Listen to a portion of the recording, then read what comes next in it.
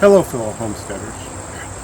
If you've ever wondered what the best fertilizer is for a garden, I think I might have a fertilizer for you.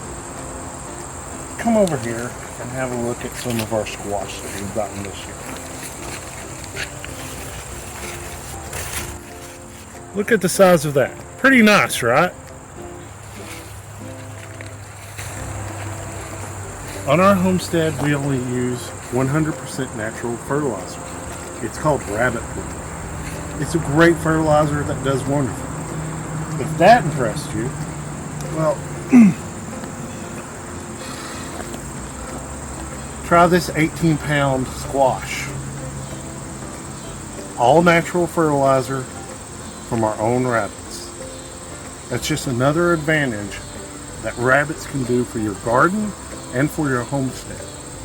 I highly recommend to all small homesteaders that should be your first animal that you ever get. Because rabbits, they're great meat, great fertilizer, and they eat very little compared to all other animals. Thank you for joining us.